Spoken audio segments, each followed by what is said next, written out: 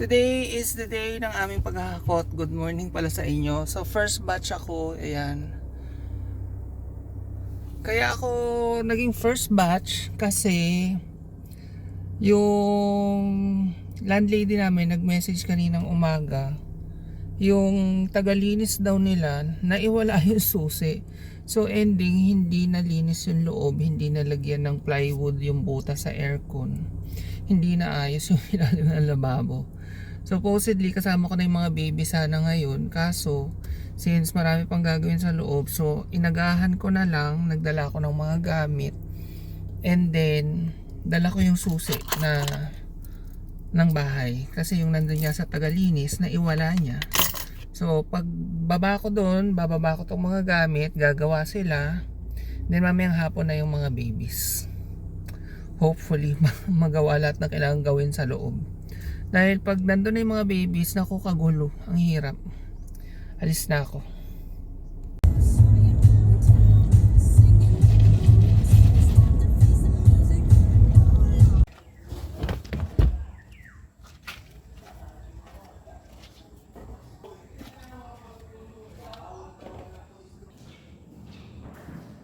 Dito na ako.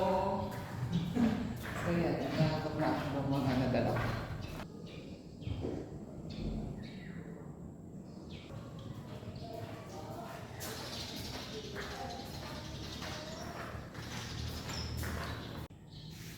Grabe, hiningal ako. Ang dami kong naibaba. Yung iba nasa kwarto na. Anyway, babalik na ako sa bahay kasi kailangan tumulong sa pag-impake ng iba. Nasa bahay na ako. Hindi na ako makapag-vlog. Bumili lang ng pagkain sa 7-Eleven. Wait lang. Naglalagay akong collar sa mga babies dahil ibagahe ko na sila. Hello? Ayan, nakarga na yung ref. Sa pick up.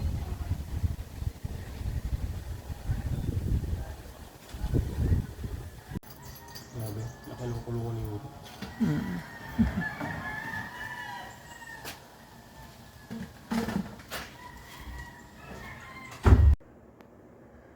Grabe yung pagod ko. Nahiga muna ako. Ay, kailan. Nakakapagod. Si Francis na lang yung sumama doon sa pick up. Sa pag-deliver doon sa bahay. Pagod. Transportify pala yung gamit namin. Yan naman lagi tuwing maglilipat kami. Kahit nung from Bulacan to Candelaria. Candelaria to Laguna. Dito.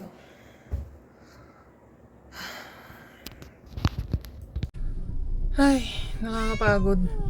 Ang sakay ko ay si Ashley, si Panther, si Winnie, tsaka si Bebe Girl. Dapat kasama namin si Pretty. Diyos ko, tumatalon. Gustong pumunta dito sa harap. Delikado pag nagdadrive ako. Kaya itong mga to na lang muna. Ay, pagod ako. Babalikan ni Mahal mamaya si Pretty tsaka si Bailey. Tuwan-tuwa yung mga, alam niya na kami aalis na. Party daw sila, narinig namin. Sige, ngayon magpakasaya kayo. Tingnan natin kung hanggang kailan kayo sasaya. Bagong gising, kaya ganyan ang mata. Fresh. Joke. Hindi naman ako mukhang fresh. First morning namin sa Batangas City. Naghahanap kami ng breakfast. Yung may mga pansit, pandesal, ganyan. Sabi ko nga maglakad na lang kami kasi baka hindi pa namin kabisado, baka ang layo-layo pala ng bilihan. So nagsasakyan muna kami. Bukid pa rin kahit nasa city kami. Pero malalaki ang bahay. May toda daw, tricycle. Doon yung sakayan. Pakita ko sa inyo mamaya, may bukid talaga doon, may mga gulayan. Yan. Ito yung aming neighborhood. May malalaking bahay. Pero may mga ano din, palayan. Ay, gulayan. More on mais pala. Si Siyambagay puti din. Lalaki. Lalaki ang version. Cute. Cute nga.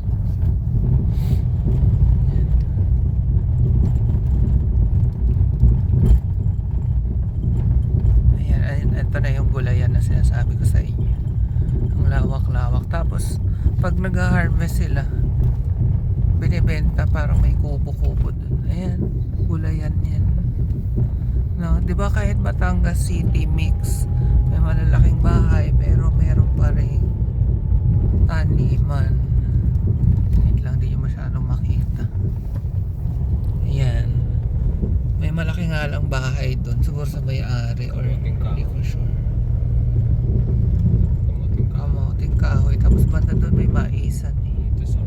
Ito bakanting lote siguro to. Ayan. Ito yung gulayan pala.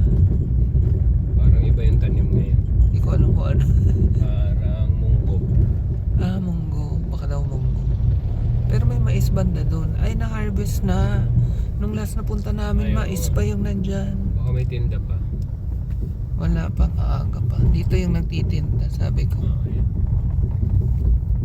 Anyway, yun ang unang silip sa aming neighborhood. Ito naman yung aming ayun, may bakery. Pwede tayong bumili mamaya pag wala tayong nakita. Ito yung main road. Ayan. Nasa ano. Baliti. Pero hindi ito yung pinaka sentro ng Batangas City. Syempre doon Siting City talaga. Dito medyo pa, province.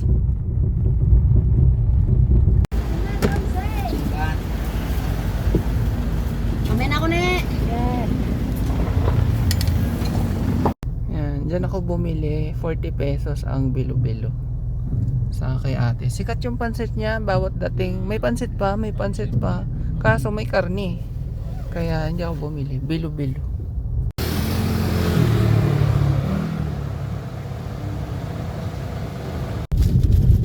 Ang mura ng pandesal, 3 ang isa. Oh.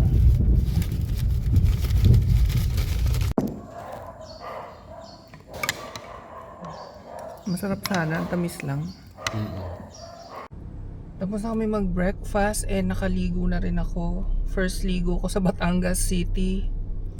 Ngayon, babalik tayo ng Laguna kasi marami pang gamit dun. Andun pa yung TV rack. So baka mag-hire pa kami ng isang L3. And andun pa si Bailey, pero kukunin na namin si Bailey. Pinakain namin siya kagabi bago kami umalis. Mga ano yun, 11. It's I think 9 AM. So sakto lang pagpunta namin dun, kain na siya ulit. Tapos mayang hapon biyahe pabalik dito. Ayun lang. So far okay naman kami. Sana tuloy-tuloy na okay kami dito. Si Mahal yung nasa harap, yung Mirage. Nagkasalubong kami. Nag-drive-thru muna ako sa McDo para mag-coffee float. Coffee ulit. Pangalawang coffee ko na to today. Kailangan ko kasing magising dahil yun nga, mag-aayos pa ako mga gamit dun. Tapos mag-i-impake. And then mag-drive pa uli ako. So I think kaya ko namang mag 2 coffees for today. Nandito na ako sa bahay namin sa Laguna. Bahay pa rin namin. And sobrang maaraw. Ang init. Wait lang. Napalabas ko na si Bailey. Binalikan ko lang tong mga parang yung bottom. Pwede paglagyan ng kung ano-ano. Dami pang gamit. As in. Dito pa yung TV. May isa pang electric fan. Yung video okay. Dito pa. Ayan. Napakainit ngayong araw. Ganda ng panahon. Kagabi, nung bumalik kami ng sinundo namin sa Crete, umuulan. Pero ngayon, ang init. So, umpisahan ko nang mag-ayos-ayos kasi kailangan mga 3 makaalis na kami dito para hindi kami gabihin dahil i-walking pa si Bailey dun sa Batangas.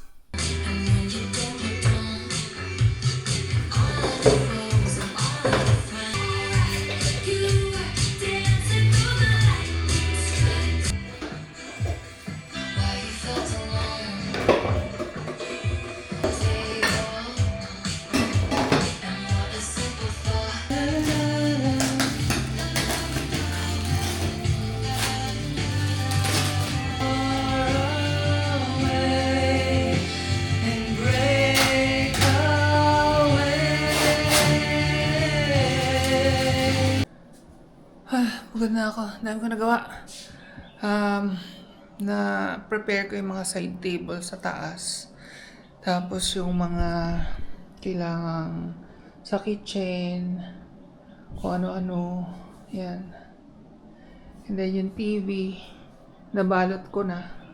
Pati yung glass sa ibabaw ng table namin, nabalot ko na.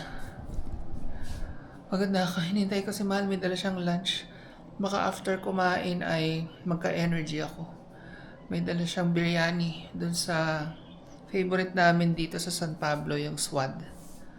Tapos sabi ko, vegetable samosa rin. 2:00 na. So, dapat talaga mga 3 makalis na kami if ever sabihin ko mauna na ako kasi kailangan ma-walking si Bailey doon bago magdilim. Kasi nakakatakot doon, alam nyo ba, masukal doon. Tapos ang daming abubot ng may-ari. Hindi pa nila naaayos yung abubot nila. Dahil, ewan ko kung bakit. Baka mamaya may mga cobra. Kaya natatakot ako doon gabihin. Pero in fairness sa kanila, nilinis nila yung pag-stayan ni Bailey. Tapos yung paligid doon, dinamuhan. So, maayos. Pakita ko sa inyo mamaya. If ever umabot tayo doon ng maliwanag pa. Dito na si Mahal. Dala niyang lunch ay biryani. Fish sa'yo. Sa akin ay tawag doon.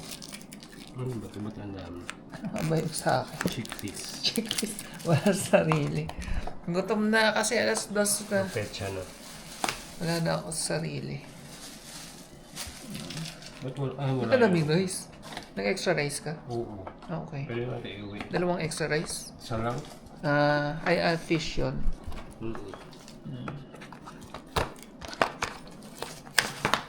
Hindi na yun malutong. Yung sagi tuloy. Kalimutan ko buksan. Ayan sa akin, chickpeas, tapos biryani rice. Kay Mahal ay fish at fish biryani. Pag set, may kasamang itlog. Ayan yung vegetable samosa. Merienda ko na lang yan mami. Okay. Kain tayo. I'm so hungry. Chickpeas. Wala na kaming kutsara. Kutsarita yun dito. Hindi na ako nakakapag-diet muna dahil pagpagod na sarap kumain. Pag na sa adjust na dun sa Batangas. Tsaka ulit tayo mag-diet at mag-exercise. Sarap. Chickpeas.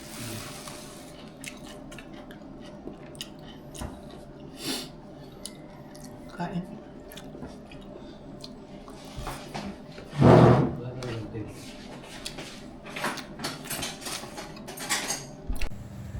Ayan na si Bailey Gail. Susunduin ko siya. Ako yung magdadrive kay Tofu pa uwi.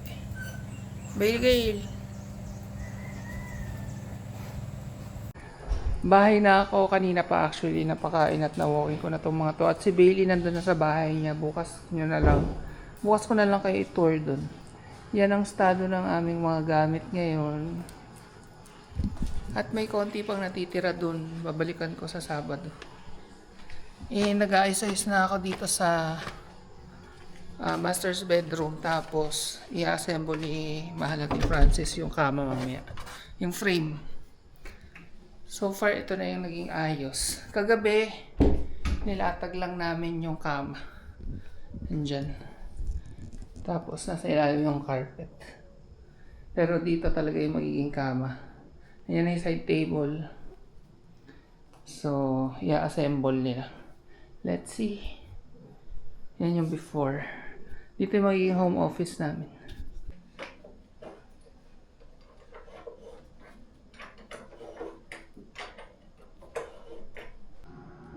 Nabuo na nila Mahal yung kama.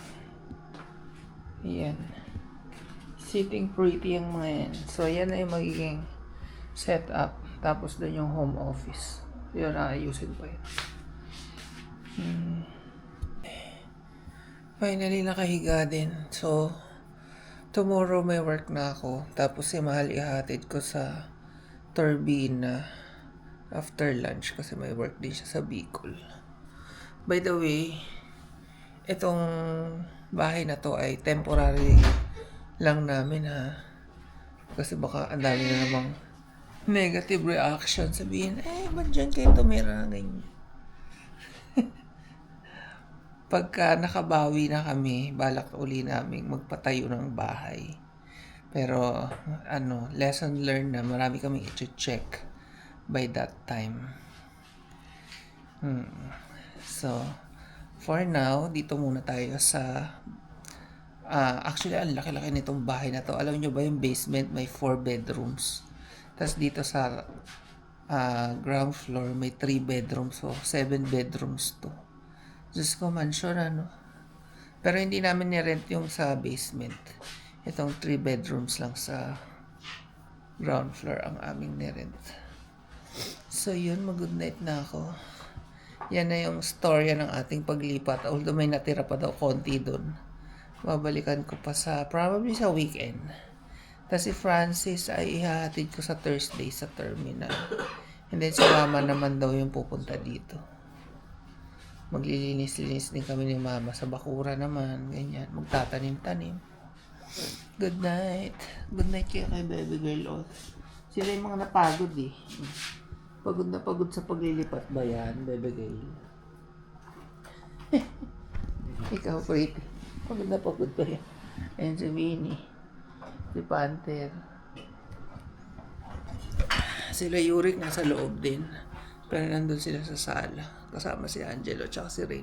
So wala na kaming pets room. Balik sa dati, nasa sala sila. Dati ganoon din sa Candelaria, nasa sala si Angelo tsaka si Rain. Anyway, at si Bailey nandun na nga sa bahay niya. Tahimik naman siya ngayon. Pinakain na namin ni Francis kanina. Si Ashley din, umuwi lang para kumain. Tapos naglibot na naman. Ganoon naman yun kahit nung sa Candelaria. Pag nasa bagong lugar, libot ng libot. Siguro nag-i-scout siya. Meron dito. Good night. May sipon si Man. Good night.